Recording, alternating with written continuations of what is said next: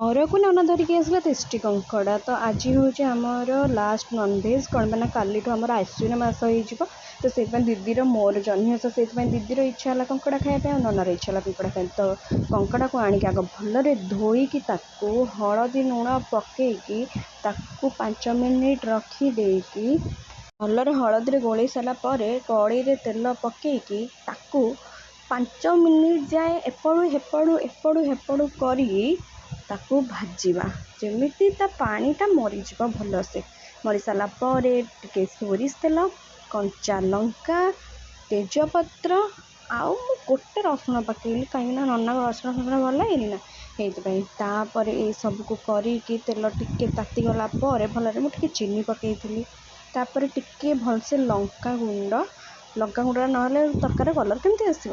ତ କଙ୍କଡ଼ା ଝୋଳ ହେଉଛି ତାର ଟିକେ ଭଲରେ କଲର୍ ନା ଆସିବ, ଏଇଟା କେମିତି ଲାଗିବ? ତ